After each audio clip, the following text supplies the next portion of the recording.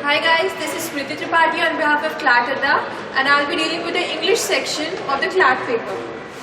The English section of the CLAT paper is one of the sections in which you can score the marks most easily. The English section tests your basic knowledge of the language English because, as you know, most of the documents are in the English language in the legal field.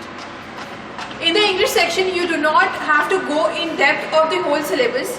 A general understanding of the language is sufficient. What they want to test your if you're fluent in the language or not.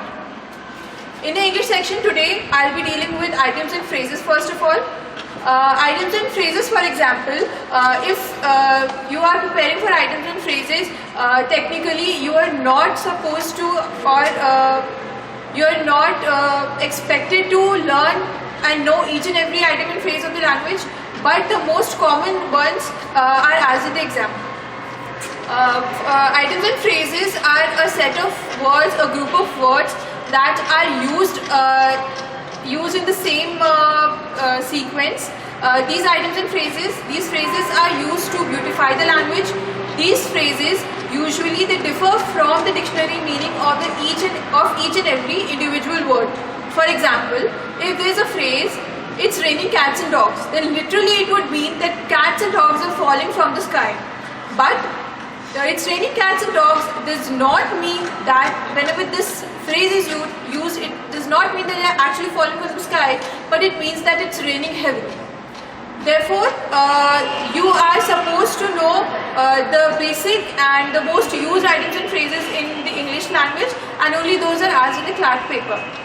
While preparing for items and phrases, what I would say is that if you do general reading, if you read novels, if you read newspapers, then you usually come across these phrases, and only these phrases are asked.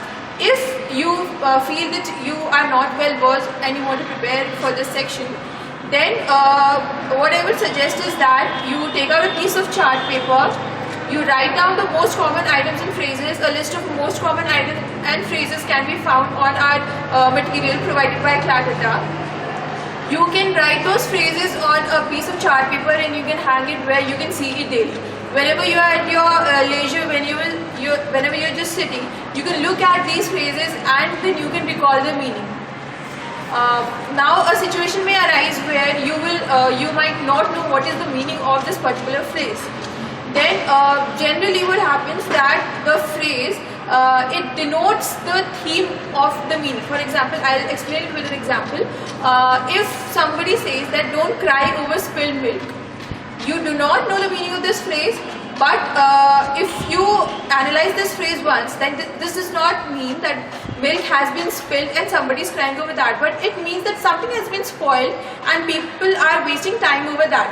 So if some phrase comes whose meaning you do not know, then you can try guessing the theme by the set of the words that have been used.